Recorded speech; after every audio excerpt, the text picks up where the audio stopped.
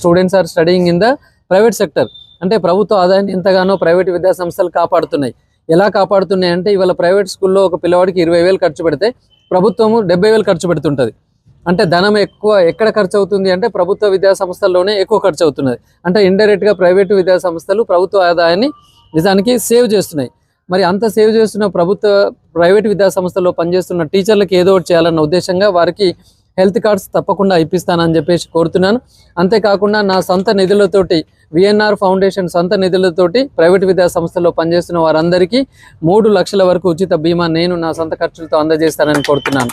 So ఎందుకు అంటే నేను ఈ రకంగా ఒక మామూలు కుటుంబంలో పుట్టి అతి పేద నుంచి ఒక చిన్న మ్యాట్లో కూర్చోబెట్టి ఒక బోర్డు వేసి చదువు చెప్పిన నేను ఇవాళ ఈ స్థాయికి వచ్చి ఆంధ్ర కార్పొరేట్లను ఖచ్చితంగా వాళ్ళకంటే క్వాలిటీ ఎడ్యుకేషన్ ఎదిగిన నేను మరి నా రంగంలో డిపెండ్ అయిన వారికి ఏదో ఒకటి చేయాలన్న ఉద్దేశంగా మా ప్రైవేట్ విద్యా సంస్థలు పనిచేస్తున్న వాళ్ళందరికీ కూడా ఏదో ఒకటి చేయాలని చేశాను. అలాగే ప్రైవేట్ విద్యా సంస్థల్లో పనిచేస్తున్న ముఖ్యంగా స్కూల్ ప్రైవేట్ టీచర్లందరికీ కూడా ఒక మినిమం బేసిక్ శాలరీ ఫిక్స్ చేద్దాం అనేది ఒక ఆలోచన ఉంది.